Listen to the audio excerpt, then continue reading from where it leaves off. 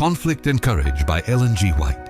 A prison apprenticeship. Mark 11. His feet they hurt with fetters. He was laid in chains of iron, until the time that his word came to pass. The word of the Lord tried him. Psalm 105:18, 19. Joseph's faithful integrity led to the loss of his reputation and his liberty. This is the severest test that the virtuous and God-fearing are subjected to, that vice seems to prosper while virtue is trampled in the dust. Joseph's religion kept his temper sweet and his sympathy with humanity warm and strong, notwithstanding all his trials. No sooner does he enter upon prison life than he brings all the brightness of his Christian principles into active exercise. He begins to make himself useful to others. He is cheerful, for he is a Christian gentleman. God was preparing him under this discipline for a situation of great responsibility, honor, and usefulness, and he was willing to learn. He took kindly to the lessons the Lord would teach him. He learned to bear the yoke in his youth.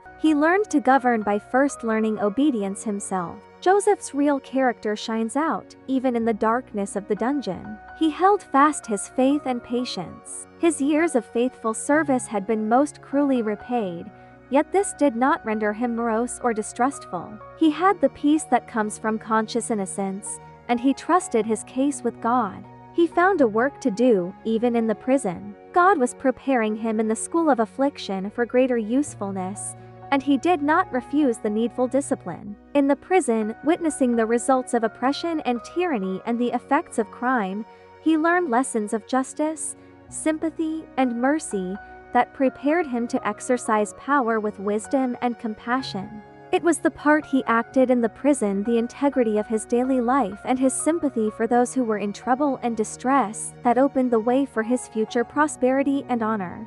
Every ray of light that we shed upon others is reflected upon ourselves. Every kind and sympathizing word spoken to the sorrowful, every act to relieve the oppressed, and every gift to the needy, if prompted by a right motive, will result in blessings to the giver.